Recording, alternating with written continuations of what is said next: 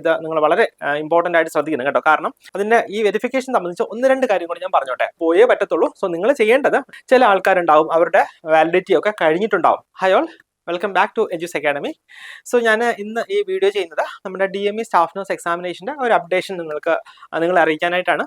അതായത് നമ്മൾ ഈ കാണുന്ന പോലെ സ്റ്റാഫ് നഴ്സ് എക്സാമിനേഷൻ കഴിഞ്ഞു, അതിൻ്റെ ഷോർട്ട് ലിസ്റ്റ് വന്നു, സർട്ടിഫിക്കറ്റ് വെരിഫിക്കേഷൻ്റെ മെസ്സേജസ് പലർക്കും വന്ന് തുടങ്ങിയിട്ടുണ്ട്. ഇത് നിങ്ങൾ വളരെ ഇമ്പോർട്ടൻ്റ് ആയിട്ട് ശ്രദ്ധിക്കണം കേട്ടോ. കാരണം കഴിഞ്ഞ പ്രാവശ്യം നമ്മുടെ ഡോക്യുമെന്റ് അപ്ലോഡിൻ്റെ മെസ്സേജൊക്കെ പല കുട്ടികളും മിസ്സായിട്ടുണ്ട്. അവരൊന്നും അറിഞ്ഞിട്ടില്ല മെസ്സേജ് വന്നത്, അവരതുകൊണ്ട് തന്നെ അവർക്ക് അപ്ലോഡ് ചെയ്യാനായിട്ട് കഴിഞ്ഞിട്ടില്ല. സോ അവരുടെ പേരുകൾ ഈ ഷോർട്ട് ലിസ്റ്റ് വന്നിട്ടില്ല.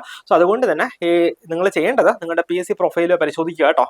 ചിലർക്ക് എല്ലാവർക്കും സാധാരണ മെസ്സേജ് ആയിട്ട് വരാറുണ്ട്, മെയിലിൽ വരാറുണ്ട്, പിന്നെ നമ്മുടെ പ്രൊഫൈലിലും ഉണ്ടാവും കേട്ടോ, നമ്മുടെ PSCയുടെ പ്രൊഫൈലിൽ ഉണ്ടാവും. സോ നിങ്ങൾ ചെയ്യേണ്ടത് പ്രൊഫൈൽ ലോഗിൻ ചെയ്ത് ചെക്ക് ചെയ്യുക.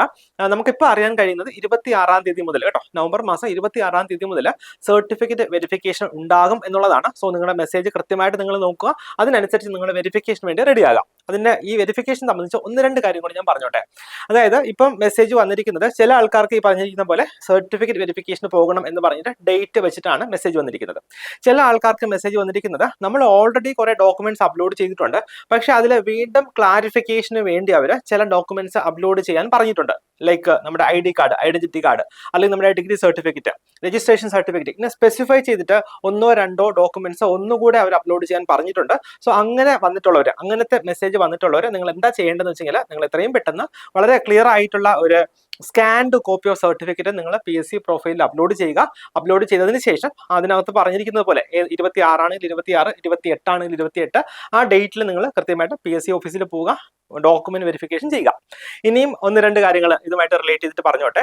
അതായത് ഇപ്പൊ രജിസ്ട്രേഷൻ അല്ലേ, രജിസ്ട്രേഷൻ നമുക്ക് വാലിഡിറ്റി ഉള്ള രജിസ്ട്രേഷൻ ആണ്. അതായത് നമ്മൾ ഒരു 5 വർഷം കൂടുമ്പോൾ നമ്മൾ റിന്യൂ ചെയ്യേണ്ട രജിസ്ട്രേഷൻ ആണ്.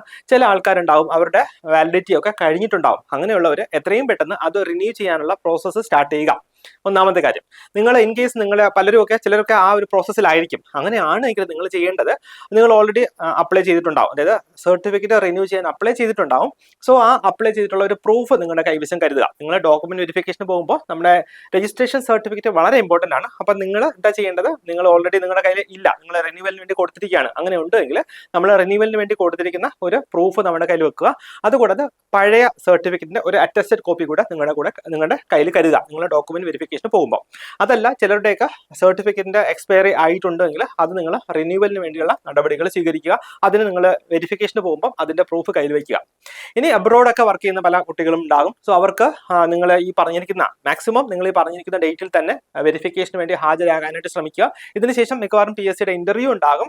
അപ്പോൾ അങ്ങനെ നിങ്ങളുടെ ലീവ് കാര്യങ്ങളൊക്കെ ആ രീതിയിൽ നിങ്ങൾ അഡ്ജസ്റ്റ് ചെയ്യുക. ഇനി ഇൻ കേസ് നിങ്ങൾക്ക് ഒരു കാരണവശാലും നിങ്ങൾക്ക് വരാൻ പറ്റുന്നില്ല എന്നുണ്ടെങ്കിൽ നിങ്ങൾ PSC അറിയിക്കുക. PSC അത് കൺസിഡർ ചെയ്യും, ചിലപ്പോൾ അത് കൺസിഡർ ചെയ്യാൻ സാധ്യതയുണ്ട്. എന്നിട്ട് ചിലപ്പോൾ മേ ബി ഒരു ഡേറ്റ് തരാമായിരിക്കും. പക്ഷെ അതിൽ ഒരുപാട് റിലാക്സേഷൻ ഒന്നും നിങ്ങൾ പ്രതീക്ഷിക്കേണ്ട കേട്ടോ. ഒരു 1 വീക്ക്, മേ ബി ഒരു 10 ഡേയ്സിനുള്ളിൽ വീണ്ടും നമുക്കൊരു ഡേറ്റ് തരാം. പക്ഷെ ആ ഡേറ്റിൽ നമ്മൾ നിർബന്ധമായിട്ട് പോയേ പറ്റത്തുള്ളൂ. സോ നിങ്ങൾ ചെയ്യേണ്ടത്, ഇപ്പോൾ എബ്രോഡ് വർക്ക് ചെയ്യുന്നവരുടെ കാര്യമായിട്ടാണ് ഞാൻ പറയുന്നത്, ഇത്ര പെട്ടെന്ന് ഒരു ലീവ് നിങ്ങൾക്ക് റെഡിയാക്കാൻ പറ്റുന്നില്ല എന്നുണ്ടെങ്കിൽ നിങ്ങൾ PSC അറിയിച്ചിട്ട് അതിന് വേണ്ടുന്ന നടപടികൾ സ്വീകരിക്കുക. അപ്പോൾ ഒന്നുകൂടെ ഞാൻ പറയുന്നു, ഇതുപോലെ ആയിരിക്കും നമുക്ക് പ്രൊഫൈൽ മെസ്സേജ് അല്ല, നമ്മുടെ മൊബൈലിൽ മെസ്സേജ് വരിക.